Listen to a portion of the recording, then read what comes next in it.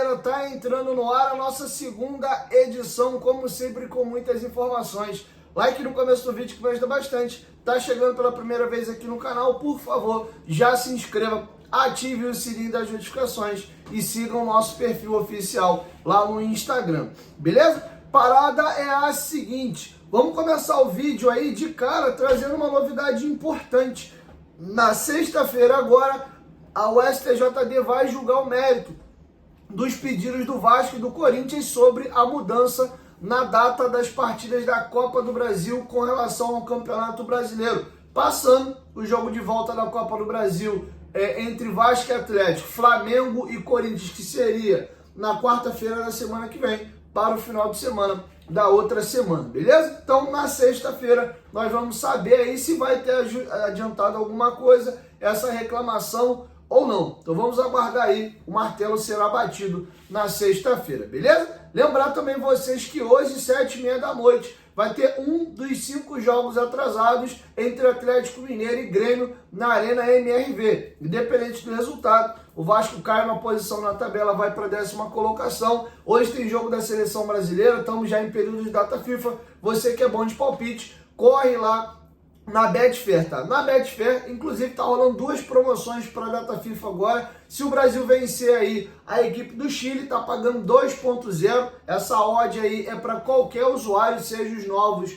ou os mais antigos. E para a galera que se cadastrar agora ou tiver nos 40 primeiros dias do cadastro, você pode participar aí nessa odd da super promoção entre França e Israel. Se a França vencer Israel, tá pagando 4.0, o limite dessa bet aí é de R$10, beleza? Além disso, ao se cadastrar na Betfair, você tem 40 dias recebendo aí R$15 grátis, somando aí esses 40 dias chega até R$600 de bônus. Lembrando que eles fazem transferência através de Pix. Você tem que ser maior de 18 anos e aposte aí com responsabilidade, beleza, galera? Isso não é meio de vida, não é renda extra, é só para você se divertir, beleza? Betfair, parceira do canal Futebolaço. Dito isso, galera, vamos seguir agora para um outro tema também importante, sobre a própria data FIFA. O Vasco encara essa pausa aí como muito importante.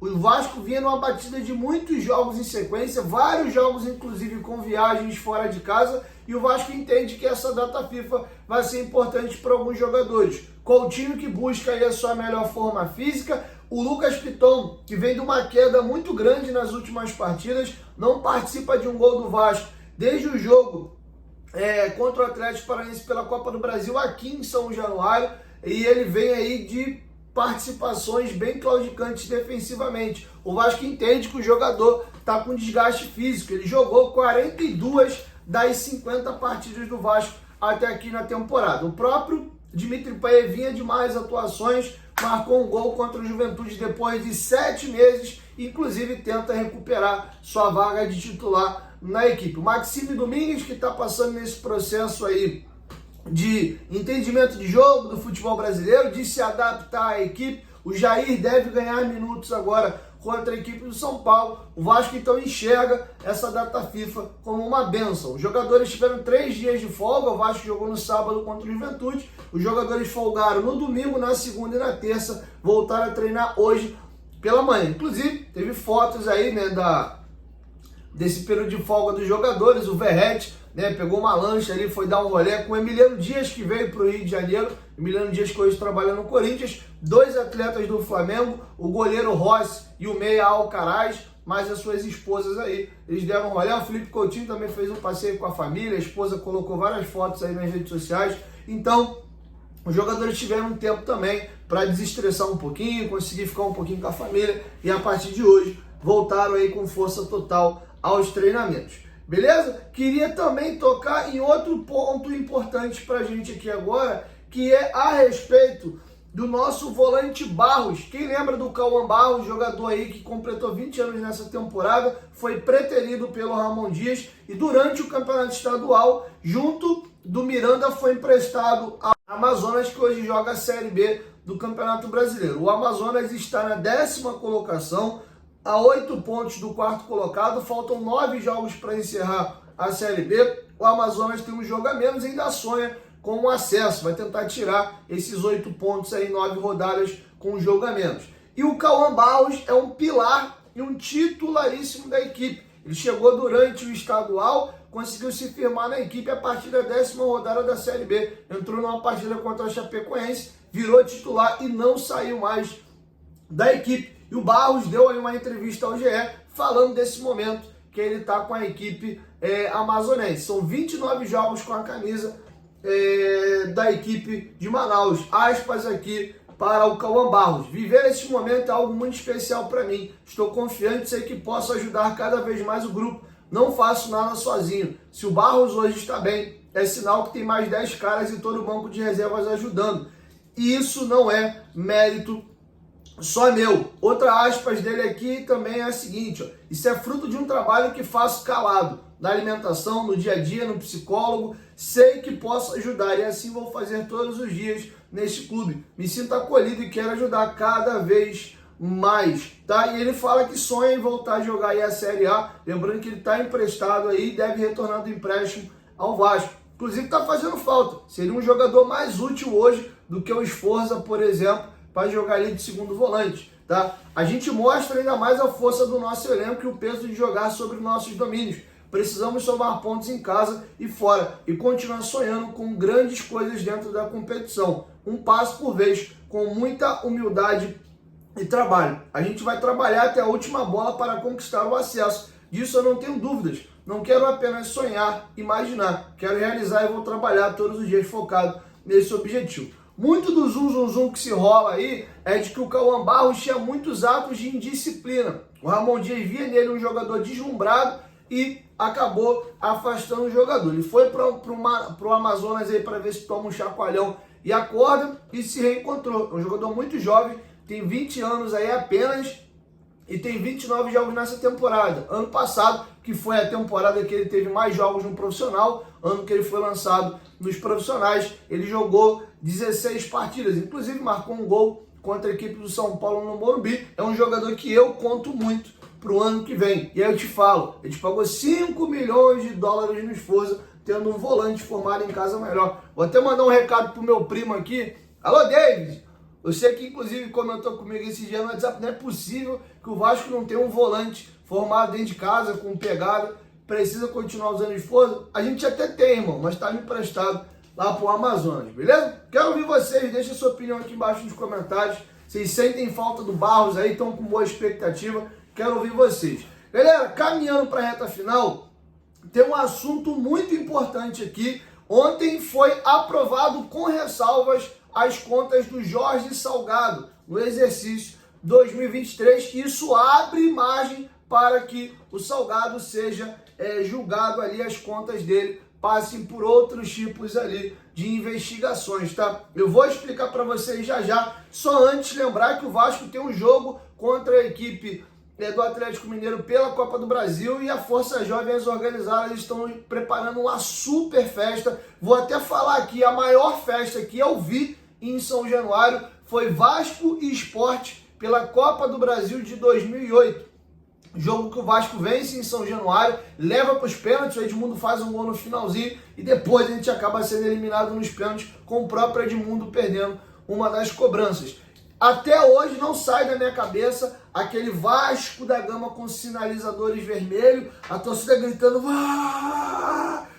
e aquele fumaceiro danado que só via o Vasco da Gama em vermelho, não pode mais ter sinalizador no estádio. Depois joga no Google aí. Na minha visão, do que eu vivi, do que eu vi, foi a maior festa que São Januário já presenciou, que eu me recorde, tá? Quero te ouvir, deixa aqui embaixo nos comentários qual foi a maior festa que você lembra. E quando eu falo festa, galera, eu não tô falando só da torcida ter gritado, ter apoiado, ter empurrado. Eu tô falando da questão da ornamentação mesmo, né? De adereços que se pode utilizar dentro do estádio. Teve alguns mosaicos bem legais ali na social recentemente, chuva de queima de fogos e tal. A final da Libertadores contra o Barcelona de Guayaquil são imagens marcantes também, mas o que me marcou mesmo, também nessa época da Libertadores, eu tenho 5 anos de idade só, eu não vivi aquilo, mas essa da Copa do Brasil de 2008, eu tenho muito vivo na minha memória. E a Força Jovem tá divulgando o Pix aí Até onde eu olhei, tinha mais de 30 mil reais arrecadados. O Casimiro, nosso caseiro, fez o Pix de 10 pila, 10 mil reais ele mandou. O Verrete também chegou junto com a festa, né? A Força Jovem ocultou o valor ali, mas mostrou o nome do Pablo Verrete. Então, você quiser contribuir, dá uma olhadinha lá no Instagram da Força Jovem e contribua. Fiz minha parte já também. Então, vamos ajudar aí que São Januário tem uma grande festa. Quem sabe, de alguma forma, você não se sente participando da classificação do Vasco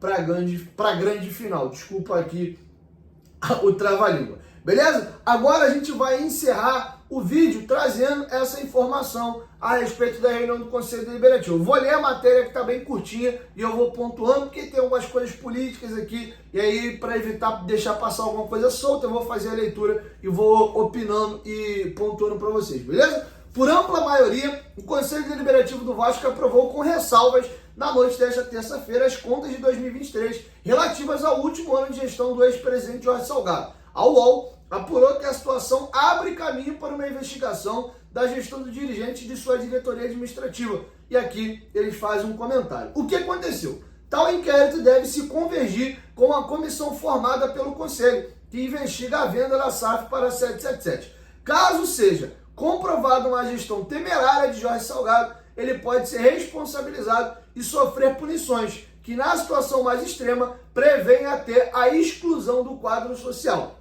Os conselheiros, em sua maioria, avaliaram a situação financeira como ruim. Diversos pontos se alinharam com os apontamentos do Conselho Fiscal. Jorge Salgado se encontra fragilizado no Conselho Deliberativo. Sua base de apoio derreteu nos últimos períodos de gestão, o que coloca em situação de risco caso sejam comprovadas falhas administrativas. A UOL tentou contato com o ex-presidente nessa terça e não conseguiu. Caso o empresário queira se manifestar, a reportagem será atualizada. Um tema aqui, ó. Balanço atrasado aponta aumento de dívida de 212 milhões. Isso, inclusive, tem gerado uma briga, uma treta pública aí entre o Salgado e o Pedrinho. Mas vamos lá. A diretoria do atual presidente Pedrinho divulgou o balanço com mais de 3 meses de atraso. Nele consta o apontamento de um aumento da dívida do associativo em 212 milhões. O documento ainda indica uma dívida da associação com a Vasco SAF de cerca de 30 milhões. Ou seja, hoje a associação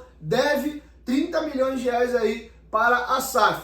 Só para você ficar confuso, como assim? Como é que o associativo está devendo a SAF? É porque foi criada uma conta aonde, caso surgisse algumas dívidas da associação aqui, que a associação não conseguisse pagar e a SAF fosse lá e pagasse, eles criaram essa conta corrente e aí seria calculado essa dívida aí da associação para com a SAF. Então a SAF pagou algumas dívidas que a associação deveria pagar, isso chegou no montante já de 30 milhões, então eu expliquei para vocês aqui, beleza? Vamos seguir. No balanço consta também uma carta de Pedrinho, com duras críticas à administração do Salgado, tanto na gestão financeira como no processo de venda para a 777. E agora aqui o Salgado faz uma acusação ao Pedrinho. Jorge Salgado divulgou uma extensa carta em 6 de setembro, se defendendo do balanço. Ele acusa Pedrinho de utilizar das mesmas práticas de presidentes passados.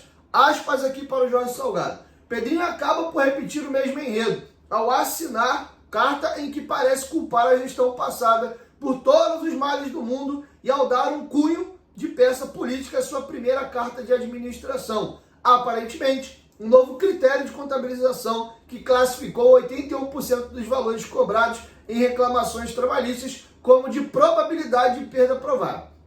Destoa da prática do mercado e leva a crer que o clube reconhece que perderá quase todas as ações trabalhistas e não obterá qualquer desconto no pagamento de dívidas. Por que o clube se coloca em situação de tamanha fragilidade perante seus credores? Afinal, quais interesses o clube defende em juízo? Os seus ou dos seus reclamantes? Ora, se o clube não se reconhece esse valor, por que contabilizou como contingência? Não há nada que justifique essa medida, a não ser que a intenção seja supostamente a de inflar o passivo do clube e criar um cenário de terra arrasada para depois se apresentar como o salvador da pátria que conseguiu reduzir um passivo que não condizia com a realidade. Tá? Tem uma discussão aqui rolando entre Salgado e o Pedrinho no que tange aí a forma como foi contabilizado algumas dívidas. O Salgado alega que ações que estão sendo discutidas ainda na justiça não podem ser colocadas ali no balanço já de forma como uma dívida. Ele alega, ora bolas, vocês não vão se defender, vocês já estão decretando que vão perder todas as ações, vocês não têm nada para recorrer. Enfim, fica aqui aquela situação do dito pelo não dito e cada um levando a situação para um lado, tá? Então o fato é que o clima tá pesado e como a conta foi aprovada, porém com ressalvas, isso abre margem para uma investigação e um debruce maior sobre essas ressalvas. E dentro das ressalvas, se for comprovado alguma improbidade administrativa, né, ou até má fé, aí você pode vir com a penalização dentro do Estatuto do Vasco, que na situação mais extrema cabe a exclusão do quadro social, tá bom? Então o bastidor tá pegando fogo aí, a gente vai ter cena dos próximos capítulos nas duas frentes, da situação envolvendo a SAF, a EQEP /777 e também essas questões administrativas dentro do Conselho Deliberativo sobre a pessoa do Jorge Salgado. Terão muitos capítulos por acontecer ainda e vocês vão ficar atualizados dessa novelinha aqui no Futebolaço, beleza? Então é isso, minha galera. Eu vou encerrando com vocês a nossa segunda edição. Ainda volto lá no finalzinho da noite com a terceira e última para fechar a conta e passar a régua, beleza? 1, 2, 3, Futebolaço. Tamo junto, família. Qualquer momento de volta, nós estamos juntos. Valeu, fui!